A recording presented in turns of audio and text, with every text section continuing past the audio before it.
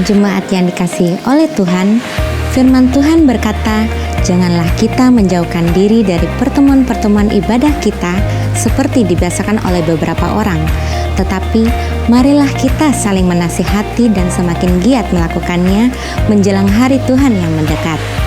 Biarlah setiap kita tetap setia beribadah kepada Tuhan. Di ibadah hari ini, kita akan melaksanakan perjamuan kudus setelah pemberitaan firman Tuhan. Oleh karena itu, Bapak Ibu Saudara dapat menyediakan roti dan anggur di rumah masing-masing. Sebab orang yang berharap hanya kepada Tuhan akan mengalami pertolongan Tuhan. Bagi Bapak Ibu Saudara yang rindu didoakan atau membutuhkan pelayanan konseling, layanan baptisan, pemberkatan nikah, layanan kedukaan, dan rindu bergabung dalam komunitas rukun, saudara dapat menghubungi layanan hotline GBI Philadelphia Blessing Family melalui chat di nomor WhatsApp berikut ini. Tim profetik dan para hamba Tuhan siap melayani Bapak Ibu Saudara. Memberi persembahan merupakan wujud dari ibadah kita kepada Tuhan. Bagi saudara yang rindu menabur bagi pekerjaan Tuhan, dapat melakukan transfer bank melalui mobile banking atau internet banking ke nomor rekening berikut ini. Seperti anak-anak panah di tangan pahlawan, demikianlah anak-anak pada masa muda. Gereja kita juga menyediakan komunitas kids, teens, youth, dan profesional sebagai wadah bagi generasi muda. Dapatkan info selengkapnya melalui akun sosial media berikut ini. Jangan lupa like, share, and subscribe YouTube channel Media Pustaka Berkat agar saudara tidak ketinggalan informasi mengenai pelayanan dan ibadah di gereja kita. Mari, siapkan hati kita untuk memuji dan menyembah Tuhan bersama. Selamat beribadah, Tuhan Yesus memberkati.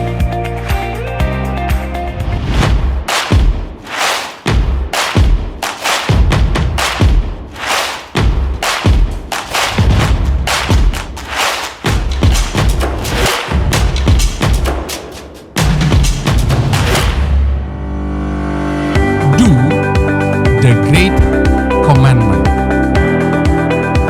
Fulfill the Great Commission. Be a great disciple. Think generational. Now go.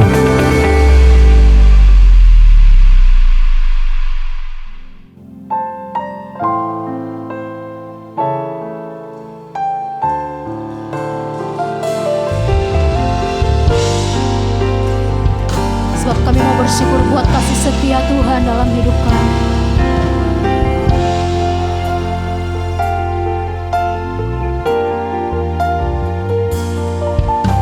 Bersyukur padamu di antara bangsa, ya Tuhan, ku bermazmur bagimu di antara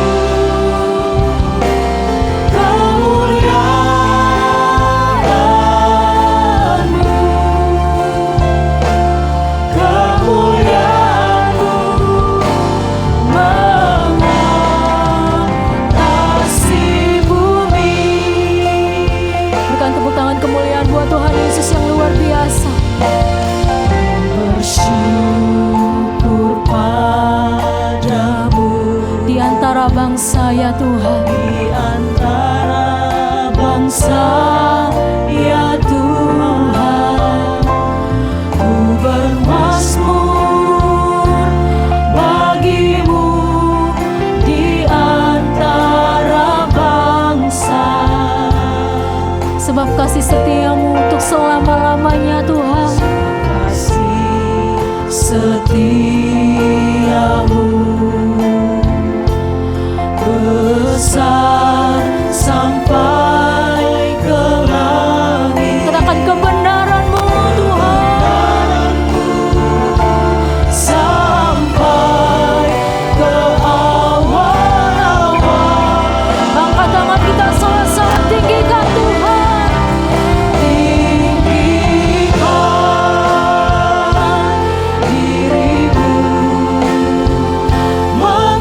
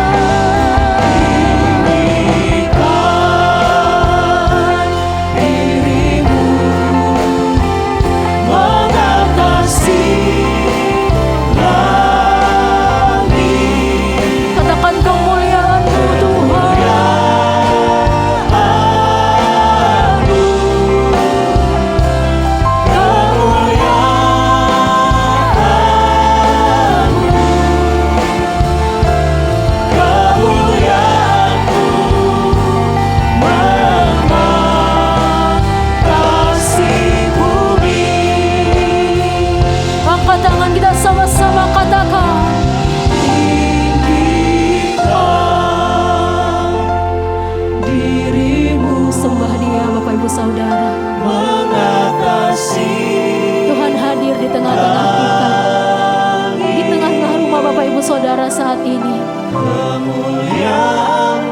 Biar Engkau memenuhi kami dengan kemuliaan-Mu ya Tuhan. Kami mau tinggikan Kau Yesus.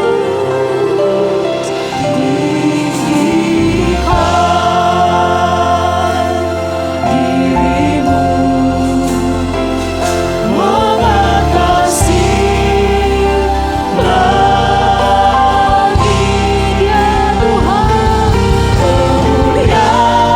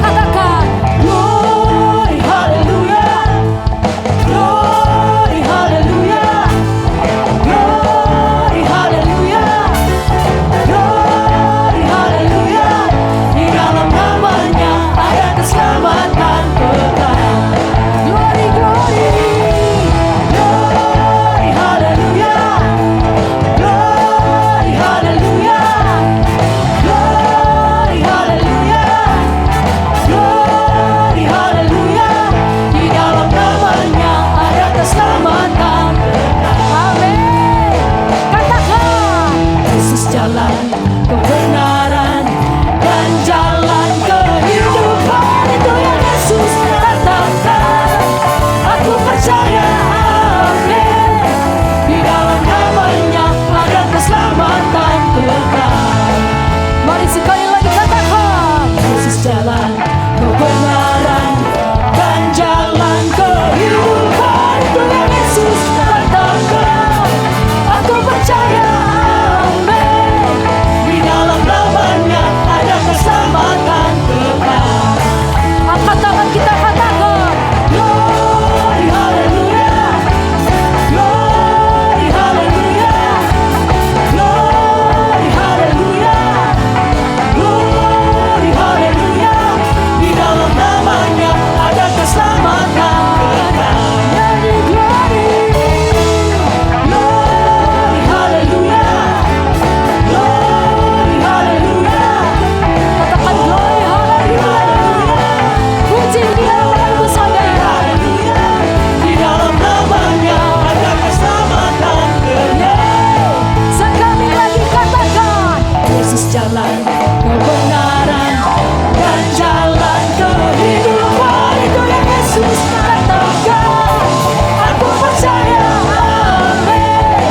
Di dalam namanya ada keselamatan kekal. sama-sama lambaikan tangan kita, nyanyikan. Glory haleluya, glory haleluya, glory haleluya, glory haleluya. Di dalam namanya ada keselamatan kekal. Di dalam nama Yesus ada keselamatan yang kekal. Amin. Sebab Dia satu-satunya pengharapan kita. Dia sumber kehidupan yang kekal. Haleluya. Mari umat Tuhan, kita bertepuk tangan buat Tuhan kita.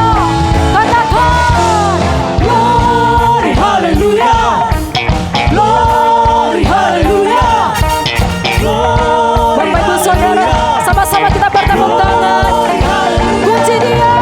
namanya ada keselamatan. Sekali lagi katakan, glory. Glory haleluya, glory haleluya, glory haleluya, glory haleluya. Di dalam namanya ada keselamatan kekal. Di dalam namanya ada keselamatan kekal. Sekali lagi katakan, Di dalam namanya ada keselamatan.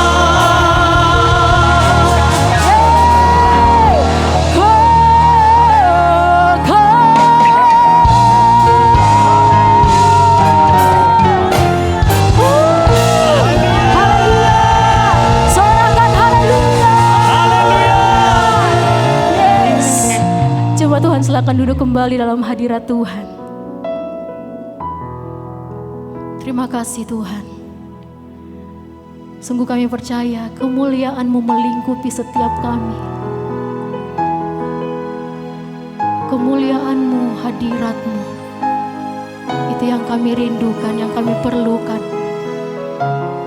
Bahwa kami lebih lagi menikmati kemuliaan-Mu ya Tuhan.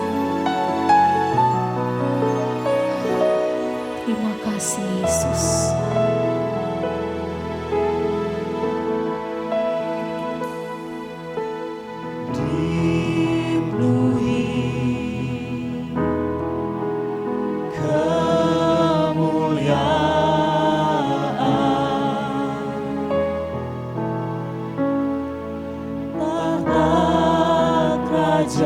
Kerajaanmu kekal selamanya.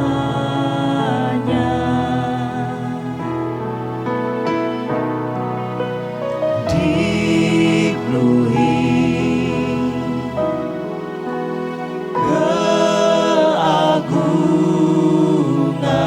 keagungan,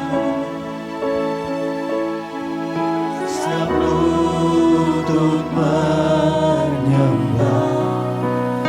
Yesus Raja. Sembah Dia, katakan sama-sama. Haleluya,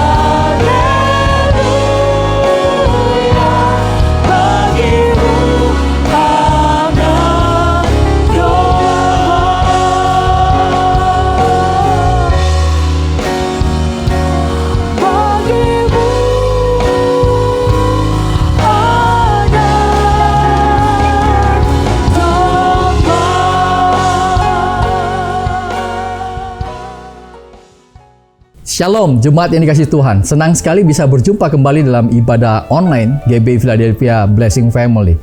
Mari siapkan hati saudara untuk sebelum kita dengar firman Tuhan. Saya percaya firman Tuhan ini akan memberkati saudara semuanya. Mari kita satu dalam doa. Bapa di surga, kami bersyukur untuk hari yang luar biasa, hari yang indah ini. Terima kasih untuk kesempatan kami bisa dengar firman-Mu, firman yang hidup, firman yang kuat, firman yang mengubahkan hidup kami semua, yang sanggup memulihkan kami. Berkati hamba-Mu, urapi hamba-Mu, dan diberkati juga semua umat-Mu Tuhan. Biar firman hari ini menjadi rema, menjadi kekuatan bagi setiap umat-Mu yang mendengarkan. Di dalam nama Tuhan Yesus Kristus, kami sudah berdoa dan bersyukur untuk semuanya ini. Amin. Bapak Ibu, hari ini saya ingin sharing firman Tuhan dengan judul Hidup Tanpa Penyesalan. Live with no regrets. Saya percaya, saudara, kerinduan Tuhan setelah kita diselamatkan adalah supaya kita memiliki hidup yang berarti dan juga hidup yang penuh dengan sukacita dan damai sejahtera tentunya. Namun, kenyataannya adalah ketika kita pada usia-usia tertentu, kita seringkali mengalami yang namanya penyesalan dalam kehidupan ataupun kekecewaan-kekecewaan dalam kehidupan, saudara sekalian. Penyesalan bisa datang dalam berbagai bentuk. Ada yang besar, ada yang kecil, ada penyesalan dalam hal hubungan, ada penyesalan dalam hal keuangan, penyesalan dalam hal kesehatan, dan lain sebagainya. Salah satu contoh penyesalan dalam hal keuangan adalah berapa tahun yang lalu Google atau pemiliknya bernama Larry Page itu menawarkan Google kepada George Bell atau CEO daripada Excite. Dia hanya menawarkan sebesar $1 juta Amerika. Atau setara dengan 14 miliar rupiah. Tapi George Bell tidak mau membeli, saudara. Hari ini Google itu bernilai $1,4 triliun atau kurang lebih 19.800 triliun rupiah. Wow, betapa menyesalnya tentu George Bell saat ini, saudara sekalian. Penyesalan dalam hal hubungan adalah dikisahkan juga ada seorang yang bernama Thomas Carlyle. Dia penulis Skotlandia dan sejarawan, saudara sekalian. Dia menikah dengan seorang yang bernama Jane Wells. Namun ia sangat sibuk sekali dengan tulisan-tulisan dia, sering berpergian keluar kota. Dan dia nggak menyadari bahwa istrinya itu mengalami juga sakit parah, saudara. Dan Thomas tidak menyadari akan hal tersebut. Sampai akhirnya istrinya meninggal, saudara. Ketika pemakaman selesai, maka dia balik ke rumah dan dia duduk di ranjang. Ada meja rias, meja istrinya, dan dia membuka-buka dan dia menemukan sebuah diari, saudara. Di diari itu dia lihat, dia baca halaman demi halaman. Ada beberapa halaman menyatakan, hari ini saya menunggu suami saya. Dan dia masuk ke kamar dan kemudian dia bercerita sama saya kurang lebih 1 jam. Saya merasakan seperti kayak surga. Saya sangat mencintai suami saya. Dia lihat lagi halaman berikutnya.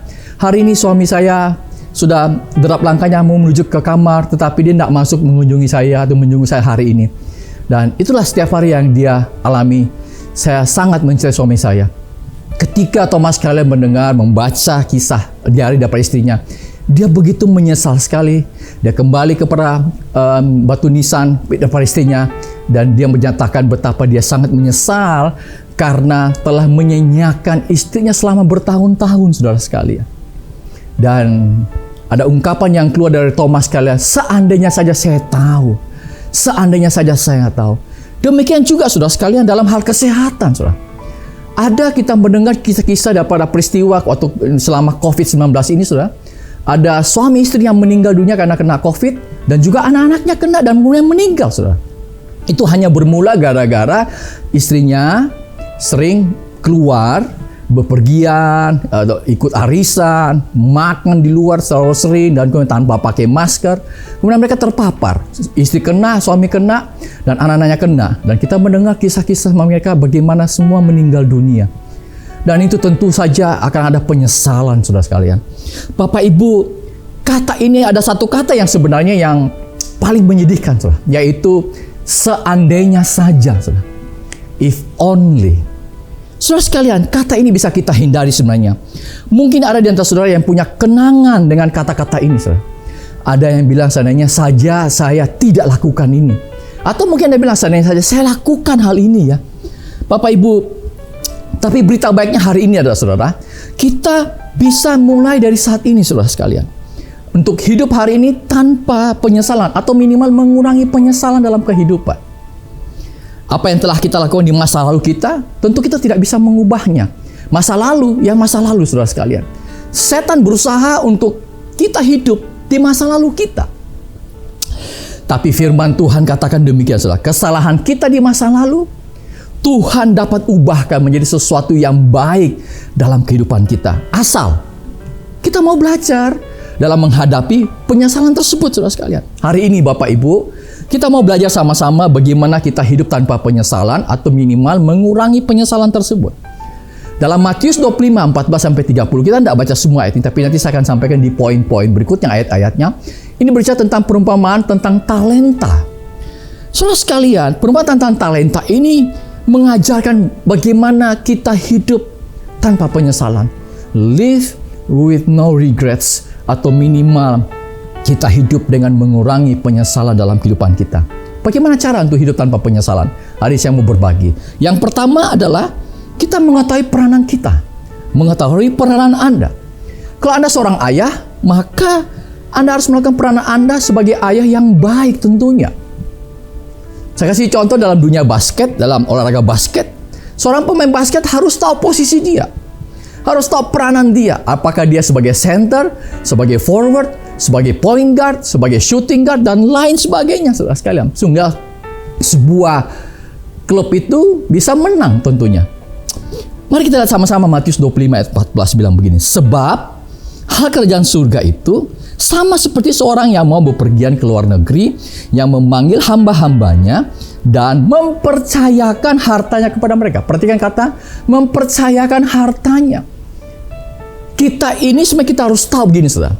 Bapak Ibu, dari perumpamaan ini kita harus menyadari bahwa we are not the owners, tapi but we are managers. Kita bukanlah pemilik, tapi kita ini adalah pengelola sebenarnya saudara sekalian. Kalau Anda baca Mazmur 50 ayat 10-12 bilang begini. Sebab punyakulah segala binatang hutan dan beribu-ribu hewan di gunung. Aku kenal segala burung di udara, dan apa yang bergerak di padang adalah dalam kuasaku. Jika aku lapar, tidak usah kukatakan kepadamu. Sebab, perhatikan, sebab punyakulah dunia dan segala isinya. Wow, luar biasa. Ini penting yang saya ingin sampaikan saudara sekalian. Sebenarnya saudara, Tuhan itu memiliki kita itu dua kali. Kita diciptakan oleh Tuhan, dan juga kita telah ditebus oleh Tuhan. Kalau Anda baca 1 Korintus 6 ayat 20, sebab kamu telah dibeli dan harganya telah lunas dibayar, karena itu muliakanlah Allah dengan apa? Tubuhmu. Satu kali ada seorang yang membuat layang-layang dengan sangat bagus sekali, saudara, dan dia kemudian menerbangkannya. Ketika dia menerbangkan, dan itu layang-layang tersebut putus. Wow, dia sangat sedih tentunya. Pada waktu kemudian dia berjalan-jalan ke sebuah pasar, dan dia lihat, itu layang-layang mirip layang-layang saya yang saya pernah buat. Dan kemudian dia coba, dia bilang, Pak, itu layang-layang saya loh Pak. Pemilik toko ini bilang, oh tidak, ini layang-layang kami, karena kami sudah membeli dari seseorang. Karena dia punya perasaan sentimental, maka dia membeli layang-layang tersebut, saudara sekalian, dia pernah buat. Dan dia beli dengan harga tertentu. Saudara sekalian, tentu orang ini yang membuat layang-layang tersebut, tapi dia juga yang telah menebus kembali atau membeli kembali layang-layang tersebut. Demikian juga dalam hidup kita, saudara sekalian. Kita telah ditebus, kita juga telah diciptakan oleh Tuhan. Makanya saudara sekalian, kita mencintai Tuhan kita harusnya dengan luar biasa. Jadilah setia terhadap Tuhanmu. Jangan kita melayani hanya karena tugas, tapi karena kita mencintai Tuhan. Amin, saudara. Baik, demikian juga hari ini bagi keluarga. Saudara, kita harus menyadari peranan keluarga. Ada satu ungkapan yang bagus bilang begini, kamu nggak bisa memilih keluargamu. Mereka adalah hadiah Tuhan untukmu, seperti kamu juga hadiah untuk mereka. Wow.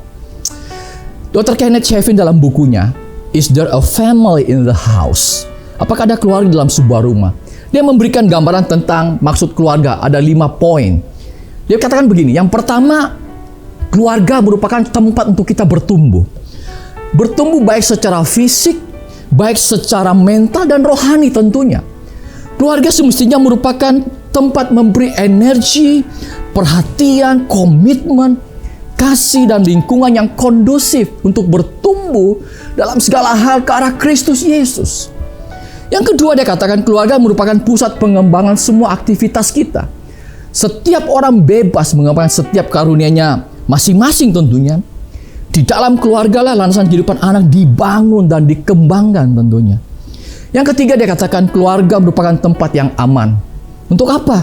Untuk berteduh saat ada badai kehidupan, saudara sekalian.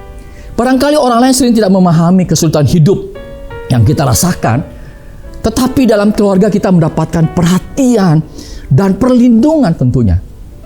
Saya pernah mendengar kesaksian daripada anak Billy Graham. Kita tahu Billy Graham meninggal tahun 2018, seorang hamba Tuhan yang besar.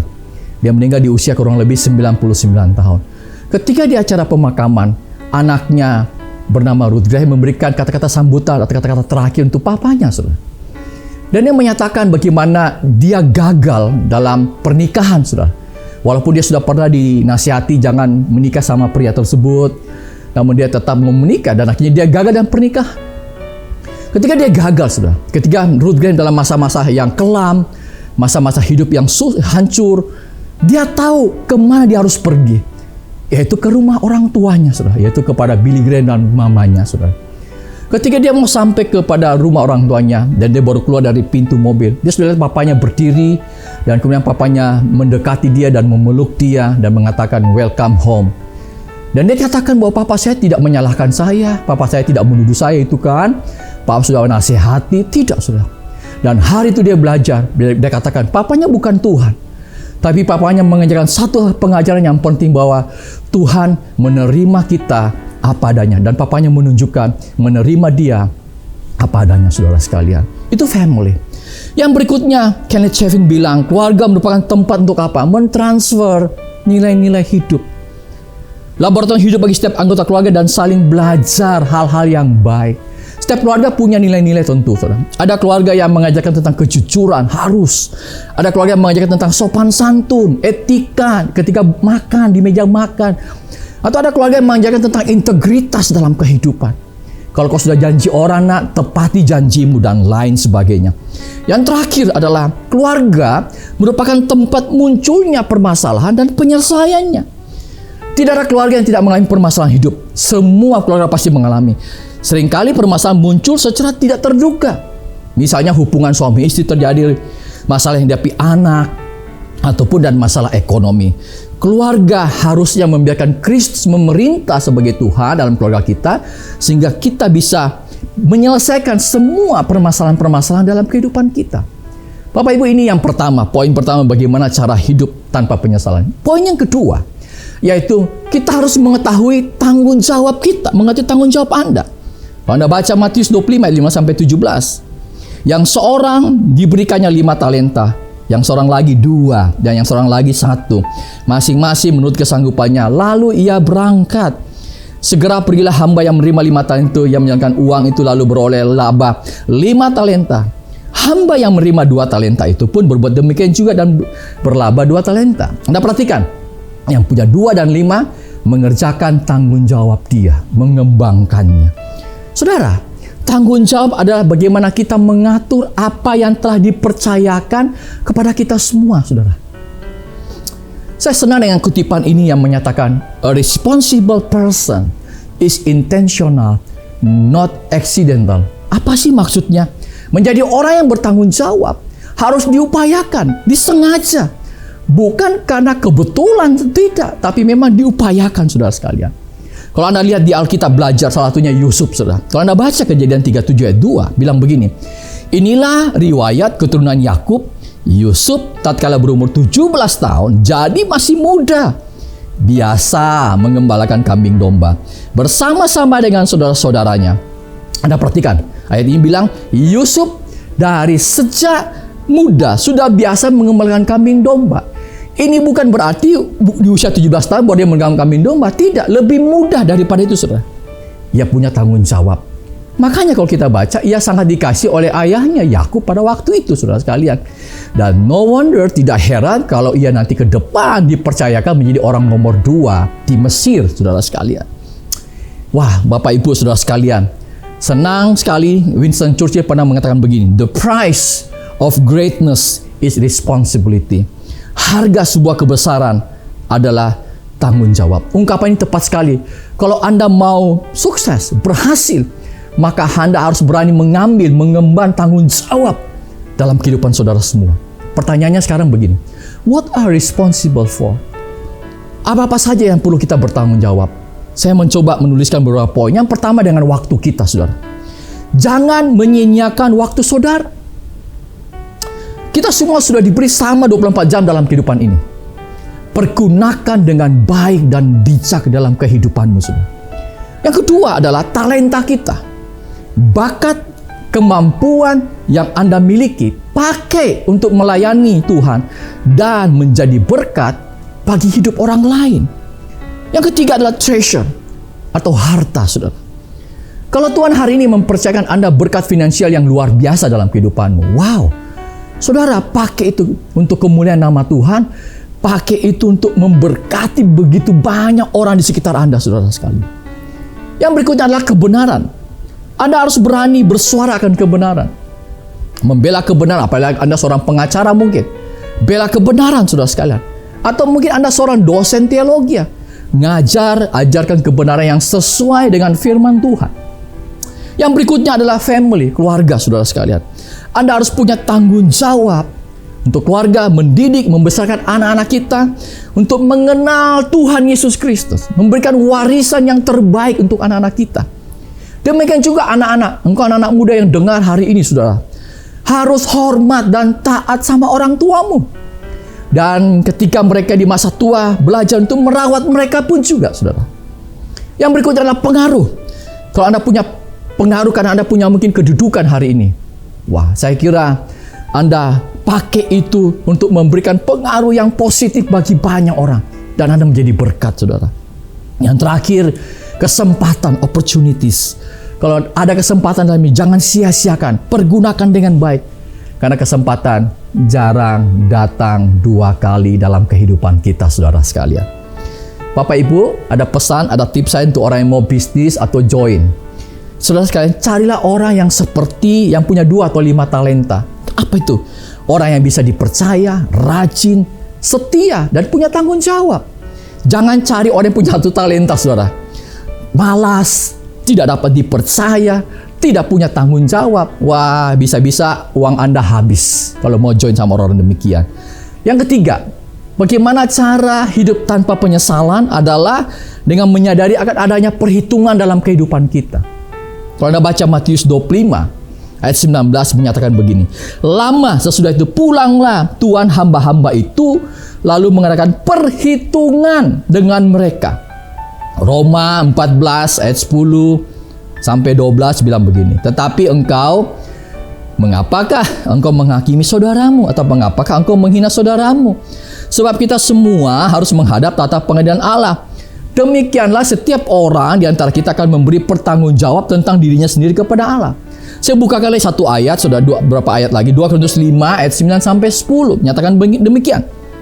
Sebab itu juga kami berusaha, baik kami diam di dalam tubuh ini maupun kami diam di luarnya, supaya kami berkenan kepadanya.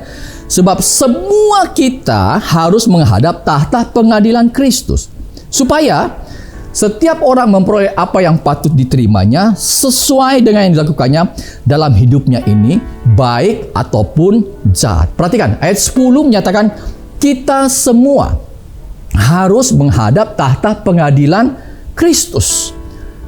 Artinya setiap orang memperoleh apa yang patut diterimanya, baik yang maupun yang jahat, saudara sekalian. Artinya begini, saudara sekalian, yang pentingnya saya mau sampaikan poinnya begini. Kita harus selalu menguji hidup kita, apakah sesuai dengan kehendak Tuhan hidup kita. Jangan sampai kita sudah terlalu menyimpang terlalu jauh dan akhirnya nanti hidup kita penuh dengan penyesalan, saudara. Dan kita semua tentu tidak mau. Bapak Ibu saudara sekalian, para ahli navigasi udara memiliki aturan praktis dalam dunia penerbangan yang dikenal dengan aturan 1 dalam 60. Apa maksudnya ini, Pak Rudi? Artinya begini, setiap 1 derajat sebuah pesawat menyimpang dari jalurnya, maka pesawat akan meleset dari tujuan targetnya sejauh 1 mil untuk setiap 60 mil yang Anda terbang. Jadi kalau tujuannya ada 600 mil, maka pesawat akan mengalami penyimpangan dari tujuan sebanyak 10 mil. Wow, jauh sekali menyimpan dari tujuan walaupun cuma beda 1 derajat, saudara sekalian. Ada banyak orang demikian dalam hidupnya. Mereka menjalani hidup dengan arah yang sudah salah. Itulah sebabnya hari ini kita diingatkan, examine your life. Ujilah hidup Anda dari hari ke sehari. 2 Korintus 13 ayat 5, bagus sekali ini ayat bilang begini, saudara. Ujilah dirimu sendiri, apa kamu tetap tegak dalam iman. Saudara perhatikan, saudara. Uji dirimu, saudara. Apakah Anda sudah menjadi berkat bagi hidup orang lain atau tidak? Atau hidup Anda mungkin selama ini menjadi batu sandungan bagi orang lain. Dan Anda harus sadar akan hal tersebut, saudara sekalian. Seringkali kita lebih suka mengevaluasi hidup orang lain daripada kita mengevaluasi hidup kita. Jangan hanya suka cari kesalahan orang lain, saudara sekalian. Ada orang yang ke ibadah semestinya memuji Tuhan dengan sungguh-sungguh, mendengar firman Tuhan dan diberkati semestinya. Tapi datang ke ibadah, dia lihat WL-nya. Wah, WL-nya hari ini salah angkat lagu. False. Atau mungkin pengkhotbahnya bajunya tidak matching ya. Norak. Ya kalau gitu, saudara. Atau mungkin lagi datang lihat jemaat, ada wanita yang datang pakai rok mini. Gila, ini wanita pakai rok mini. Ini perempuan tidak benar nih. Jadi fokusnya ke yang lain-lain. Dia tidak fokus untuk dengar firman, cari Tuhan, memuji Tuhan. Sehingga dia akhirnya tidak dapat berkat. Hari ini begini, saudara. Seandainya ada hubungan orang tua dan anak yang kurang baik, saudara. Saya berdoa, Anda harus segera cepat bereskan. Diluruskan, dipulihkan. Kalau orang tua salah, ya minta maaf sama anak. Tapi kalau ada anak juga, engkau salah sama orang tuamu, belajar juga untuk minta maaf sama orang tuamu, saudara. Atau mungkin ada hubungan antara suami istri, saudara ya, yang tidak baik. Sebaiknya juga diluruskan cepat, dibereskan cepat. Jangan karena ada masalah, akhirnya tidak bicara berapa hari, kemudian mulai pisah ranjang, pisah kamar. Dan kemudian lama-kelamaan kalau tidak cepat dibereskan, bisa menjadi akhirnya pisah rumah, saudara. Dan akhirnya apa? Ujung-ujungnya kita dengar, kok bisa bercerai? Karena dimulai dari hal-hal yang sepele yang tidak cepat dibereskan. Stop prasangka-prasangka negatif suami istri. Belajar percaya, suami belajar percaya kepada istri Anda juga.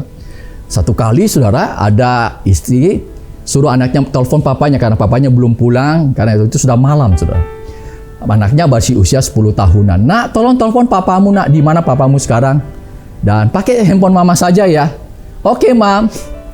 Mamanya kok tidak dengar jawaban. Nak, apa yang dijawab? Apa Anda bilang? Kenapa lama? Belum selesai. Oh, papa bukan yang angkat. Yang angkat itu perempuan, mah. Hah? Mamanya kaget. Kok perempuan? Siapa itu?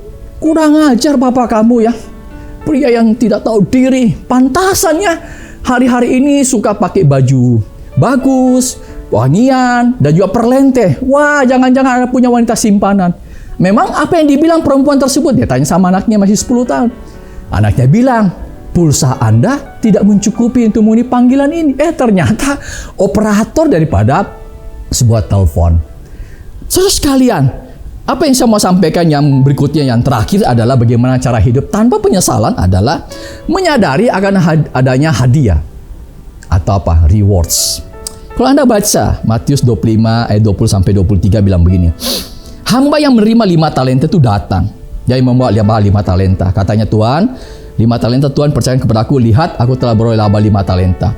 Maka kata tuannya itu berkata, sebaik sekali perbuatanmu itu, hai hambaku yang baik dan setia. Engkau telah setia dalam perkara kecil, aku akan berikan kepadamu tanggung jawab dalam perkara yang besar. Masuklah dan turut dalam kebahagiaan Tuhanmu. Lalu, datanglah hamba yang menerima 2 talenta itu. Katanya, Tuhan, 2 talenta Tuhan percayakan kepadaku. Lihat, aku telah beroleh laba 2 talenta.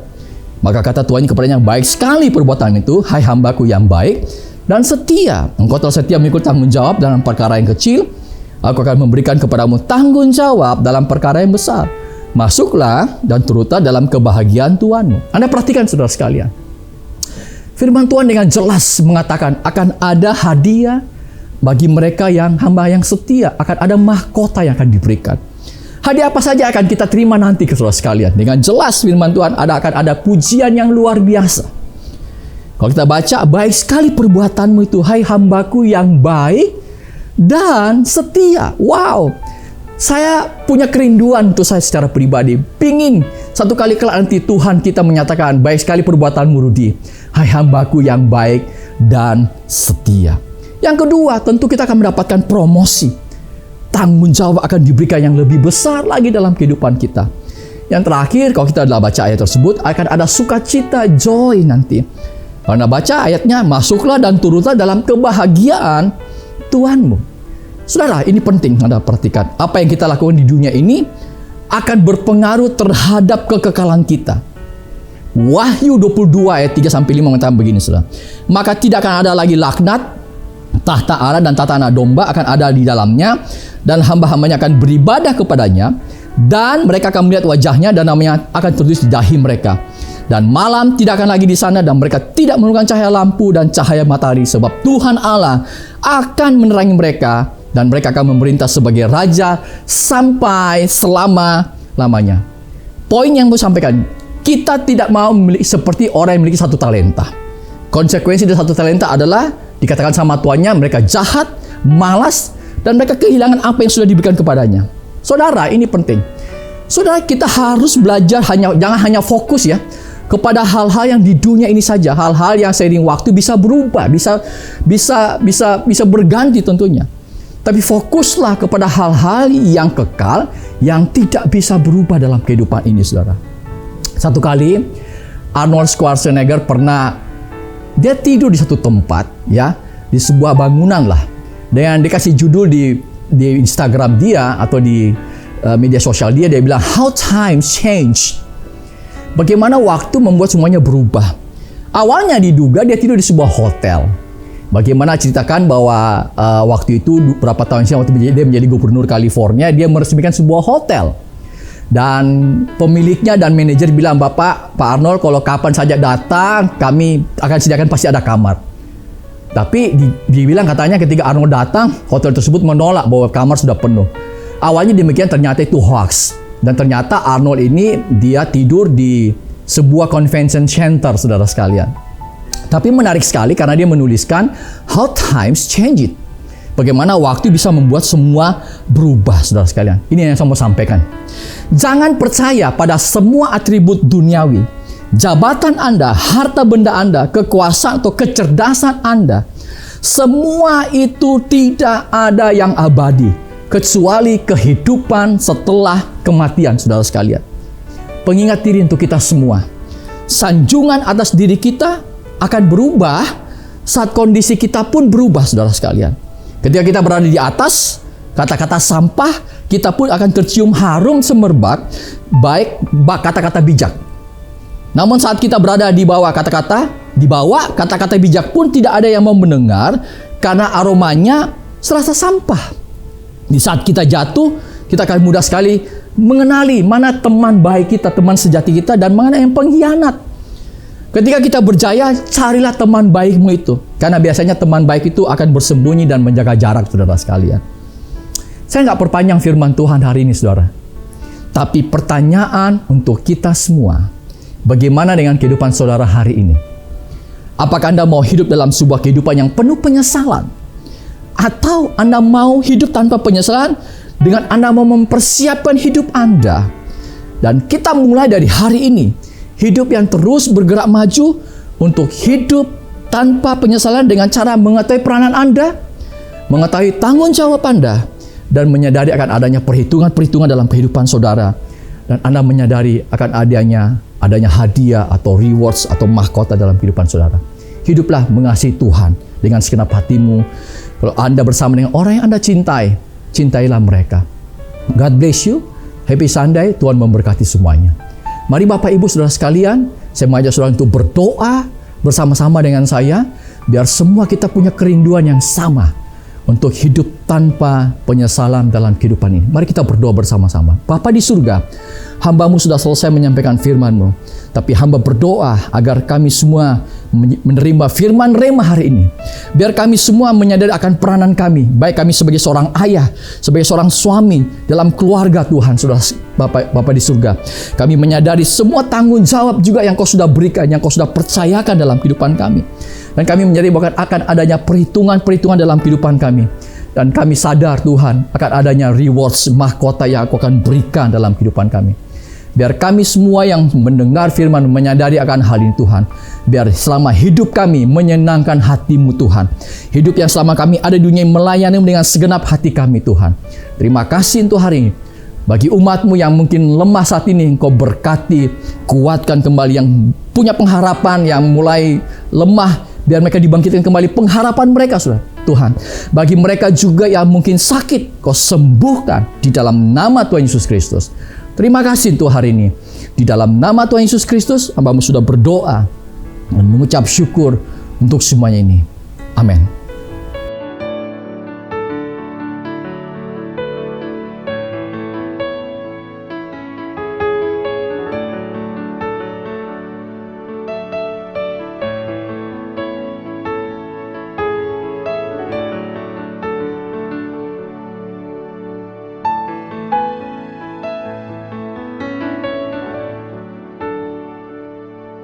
Shalom saudara yang dikasihi oleh Tuhan. Hari ini kita akan mengambil bagian dalam perjamuan kudus. Setelah kita mendengarkan firman Tuhan, saya percaya firman Tuhan memberikan jawaban tuntunan bagi setiap kehidupan saudara dan saya.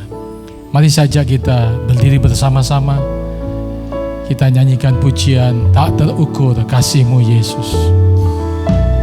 Tak terukur kasih-Mu Yesus, Kau telah mati gantikan diriku. Kau curahkan darah-Mu untuk tebus dosaku. Tak terukur kasih-Mu Yesus,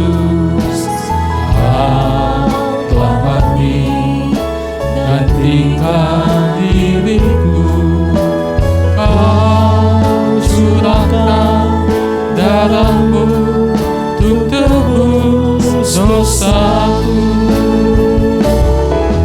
Layaklah Kau Tuhan dipuji dan disembah dengan segenap hatiku. Layaklah Kau Tuhan dipuji dan disembah dengan segenap jiwa ragaku. Layaklah Kau Tuhan dipuji dan disembah dengan segenap hatiku.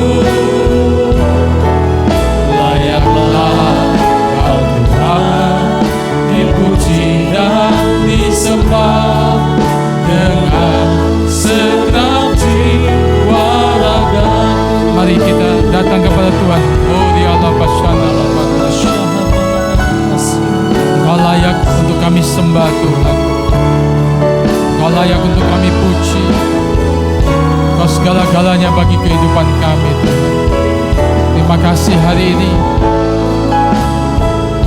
Terima kasih untuk kebaikan dan kemurahan-Mu.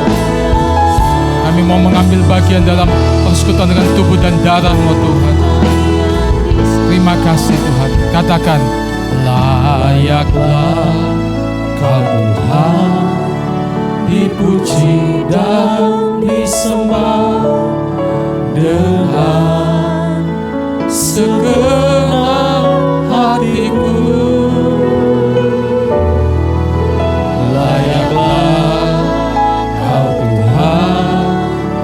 Dipuji dan disembah dengan segenap jiwa ragaku.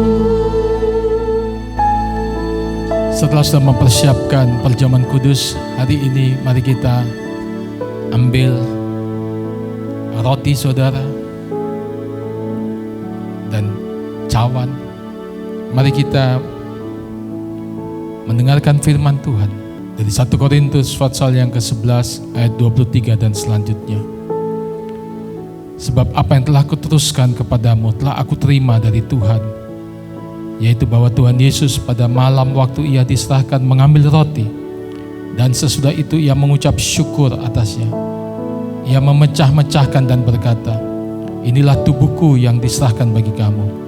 Perbuatlah ini menjadi peringatan akan aku." Saudara, bukankah roti yang atasnya kita mengucap syukur dan kita pecah-pecahkan ini adalah persekutuan dengan tubuh Kristus yang menyelamatkan hidup kita? Mari, dalam nama Tuhan Yesus, kita makan dengan penuh ucapan syukur. Dalam nama Tuhan Yesus.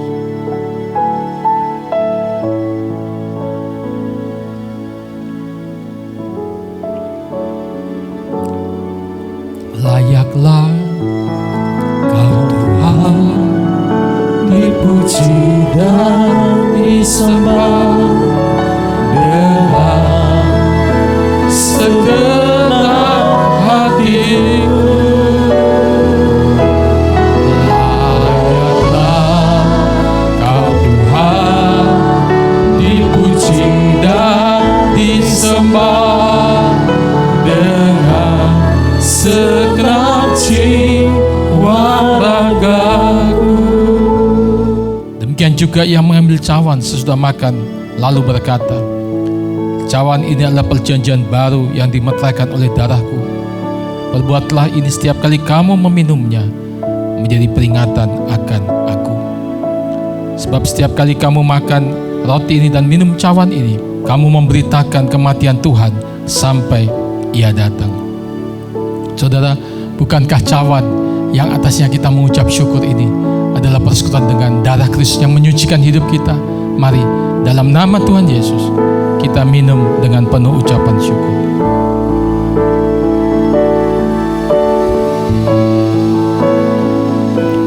Haleluya. Terima kasih Yesus. Terima kasih Yesus. Puji syukur hanya bagimu, ya Allahku, ya Tuhanku. Terima kasih Yesus. Terima kasih Yesus. Puji syukur hanya bagimu. Terima kasih Yesus. Terima kasih Yesus.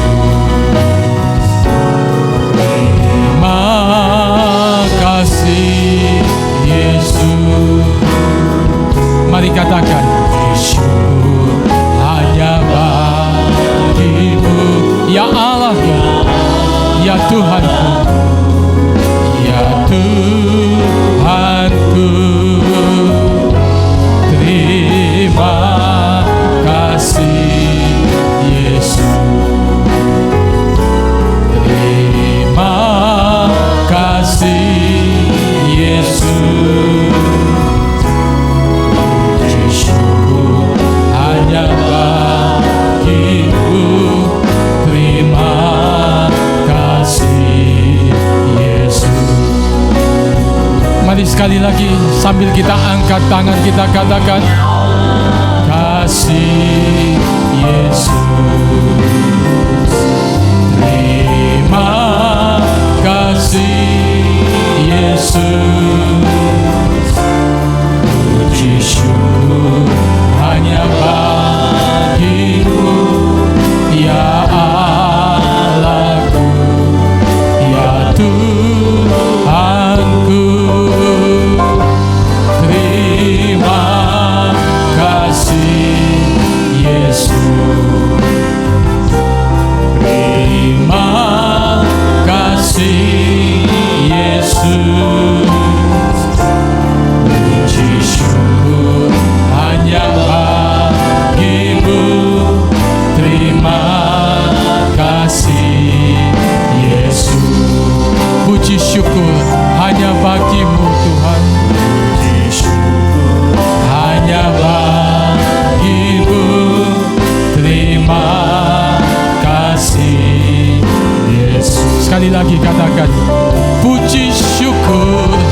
bagimu, hanya bagimu.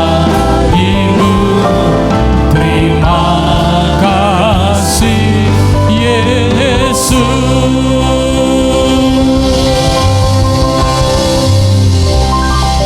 Bapa, terima kasih untuk hari ini. Kami percaya kasih anugerah-Mu berlimpah-limpah. Kebaikan dan kemurahan Tuhan mengikuti kami seumur hidup kami. Biar hidup yang Tuhan anugerahkan ini kami gunakan sebaik mungkin untuk kemuliaan Tuhan. Terima kasih Tuhan, memberkati seluruh umat Tuhan, seluruh jemaat. Kami percaya kami diberkati untuk jadi berkat. Biar setiap kehidupan kami Tuhan senantiasa mengandalkan Tuhan, berharap kepada kasih anugerah Tuhan. Tuhan memberkati pribadi, keluarga, kesehatan, pekerjaan, keuangan saudara, pelayanan, kesaksian hidup saudara.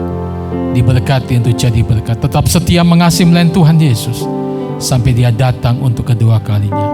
Sekali percaya Yesus, seterusnya percaya Dia. Dalam nama Tuhan Yesus, setiap kita yang percaya katakan amin.